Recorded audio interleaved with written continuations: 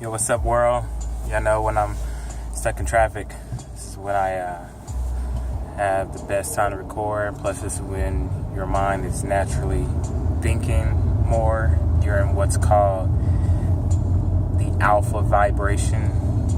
From when you wake up to when you get dressed and to when you hit the road is when your mind really starts going and you can start thinking. And it's usually when a lot of your plans come in your mind, your vision of what you want to do. It happens during this time of the day. But anyways, what I want to talk about is talk about relationships, why they're so complicated, why most of them don't last. You know, since all of us, since we were born, we were born into a world of relationships where we believe that we were meant to be, in monogamous relationships, to have one partner. And, beliefs in themselves, there's nothing wrong with them. Doesn't matter if you believe you should be with multiple partners, a single partner, whatever that may be. But the reality is, it doesn't matter what you believe in your conscious mind. It matters what your subconscious believes. So let me give you an example. Most of us, we were born in the hood. And so being born in the hood, one of the things you see, normally is you see fathers outside the home. They're not home. And you don't see a lot of marriage in the hood. You see a lot of separation. And so from 0 to 6 years old, whether you like it or not, your mind it's just pretty much a computer, and it's downloading tons of information. Everything that it sees, everything that it hears, that's from language, that's your taste buds, all that stuff is being downloaded into your mind. When every time you hear your mom or dad say, "Ew, that's nasty," your mind downloads it, and you begin to perceive that as nasty or something that's stupid, or no matter what it is, your parents, your teachers, your pastors, you begin to download all this information from 0 to 6 years old because you're in a program stage. And, somewhere between, 6 and 8, our minds start to go into more of what's like a beta mode where we're actually acting out and forming our own beliefs about these programs. And if for any of you guys who know anything about programming, I'm a big programmer. I love code. One of the things is that they're things what's called overrides. So just because something is programmed a certain way, there are certain functions that you can call into play that will override a belief. So say, for example, like me, I grew up in the hood. I've seen a lot of separation. I've seen a lot of divorce. I've seen people not even together. I've seen a lot of cheating. I've seen all that. That was what I've seen from 0 to freaking now.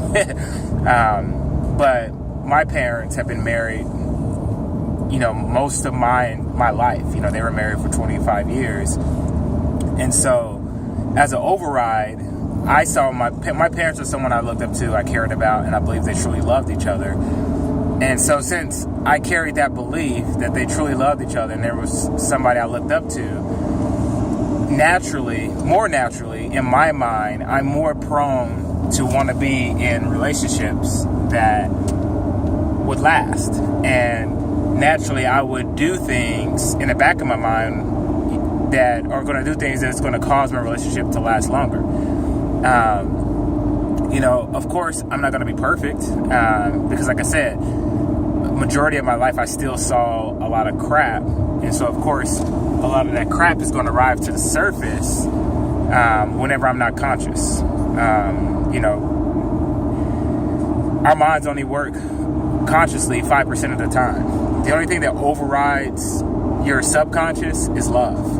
Love is that thing that makes you do the things that you've never done before. Think about the very first time you fell in love with somebody. One of the first things I can guarantee is that when you guys first met, that you were doing your own thing.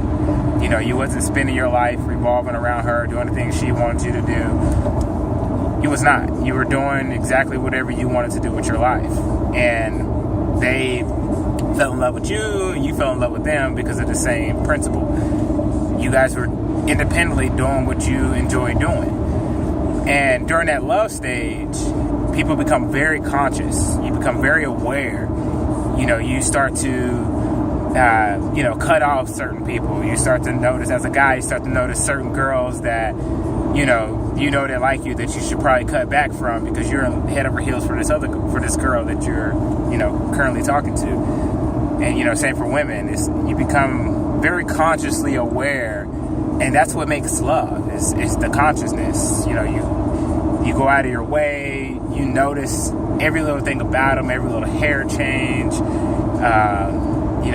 you just notice everything because you're conscious. But what happens is when you actually commit and get into a relationship, you naturally begin to, for some reason, we trust our subconscious, and we tell our subconscious that you can handle this. And so we begin to trust our subconscious to run our relationship. And then that's when our partner begins to see, especially our partners that know our parents, they begin to be like, you acting just like your mom, or you acting just like your daddy. And, you get offended because one of the things you don't realize is that, you're playing these programs of other people.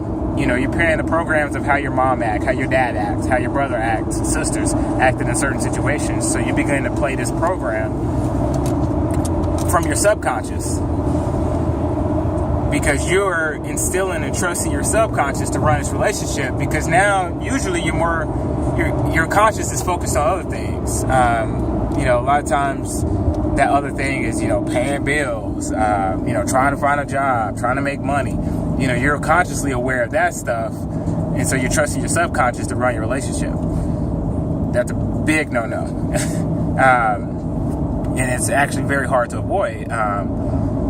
Because being conscious all the time seems so draining. It seems like you're pouring so much energy into this single thing. And it is. When you're conscious, just like people, for example, Mark Zuckerberg, when he became conscious of the fact that he wanted to, build this program that everybody on his campus would just love and that other campuses would love, he had to devote all his time into building Facebook. All of his time, all of his resources, all of his money. He even had to borrow resources in order to make that happen. Because that's how much energy it takes to be conscious about one individual thing. It don't matter what it is, a relationship, about a job, anything. When you are 100% conscious on it, you cannot do it alone.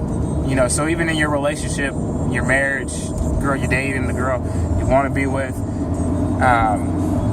my biggest advice to you, if you want your relationship and you want it to last, become conscious. Become consciously aware of, yourself, who you are, where you are today. Don't worry about your past. Don't worry about all the stuff that, maybe these programs that are playing. I mean, they are important to understand. But if you could just focus more of that energy and that time on just being conscious and, creating new programs, overriding those programs with new beliefs, and focus on yourself, your relationship will naturally begin to become what it should be. You will naturally start to feel the way about that person the way you should. You won't be so obsessed. You won't be so dependent, so reliant. And the same for them. They would naturally start to become drawn to you because the way the universe works, everything works in opposites. So if you fall head over heels, you're showing this individual that you are obsessed with them. It sounds crazy, but unfortunately, they will become less obsessed with you. It's the yin and yang. It's the good, the bad, the love, the hate. Everything is opposite. So figure out what your opposites are in life. Have a good day. Peace.